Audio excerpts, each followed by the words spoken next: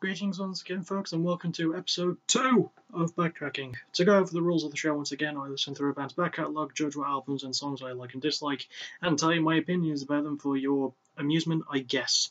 For this episode, I kind of went in blind as I didn't know much about the band beforehand. I think I'd maybe listened to only one or two of their songs before a friend of mine essentially told me, just try that for yourself. Which is what I did for this episode. After listening to all that stuff, I'm kind of glad that he told me to go through it. In case you couldn't tell from the title of the episode, the band is obviously Pop Evil, who, despite forming in 2001, only put out their debut in 2008. But they've been pretty consistent since then with releases, much as I'm hoping to be with the releases of the episodes of Backtracking. So without further ado, let's get this on with like Donkey Kong. See? I told you. Let's make it a comeback. Yeah. So we start off with the band's first effort in Lipstick on the Mirror, which is a decent place for them to start.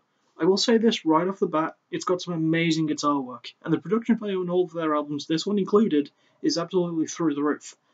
But it's clear that with Lipstick on the Mirror, the band were trying to find their sound. They had a good mixed bag with this one, so there's a little bit of something for everybody. You know, you got in your face rock tracks, slow burners, not to mention a ballad here and there. Most of the songs do seem to cover relationship issues, which is quite rare for modern rock bands to write about. Songs such as 155, Stepping Stone, and One More Goodbye are a great testament to this. But the album itself shows how difficult it can be for a band to properly find their sound, especially modern rock bands these days. While this might get lumped in with the other works of its time, it does just enough to stand out. Just enough.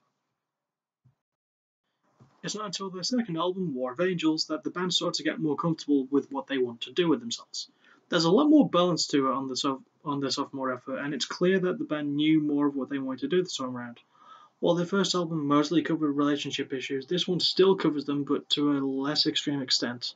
That doesn't mean there isn't any shortage of soulful songs, however, such as Monster You Made and the brilliant closer in Next Life.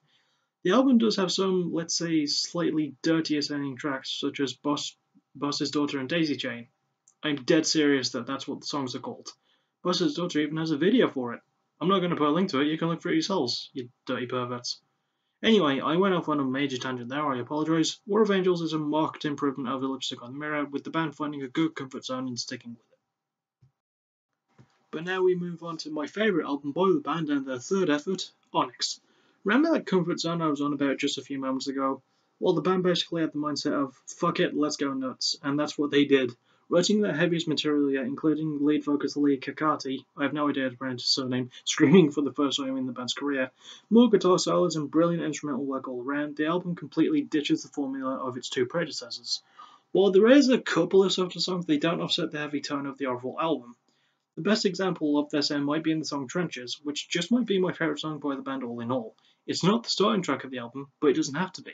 It catches the album sound easily, and that's an album with so many other great songs like Divide, Deal with the Devil's Sixth Sense, and the amazing closing track entitled Flawed.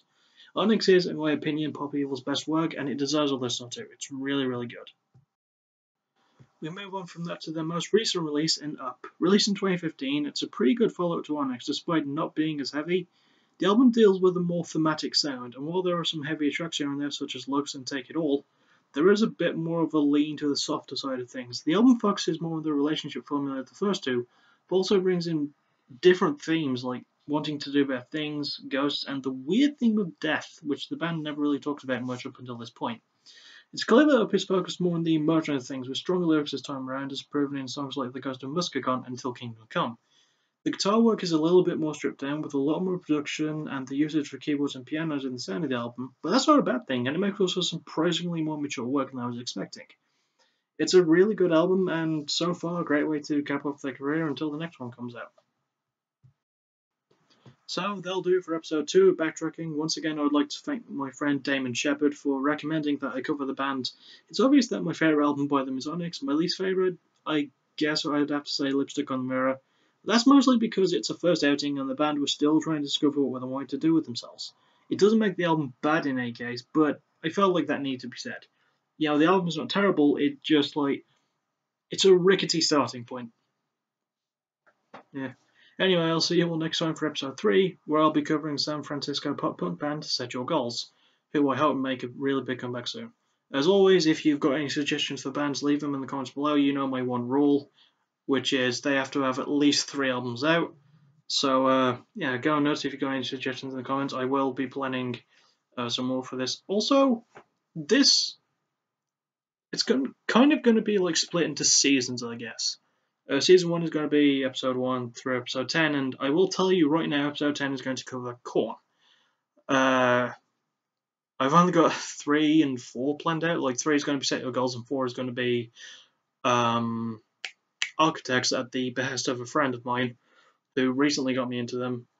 I have no idea what episodes 5 until 9 are going to be, but I'll figure something out.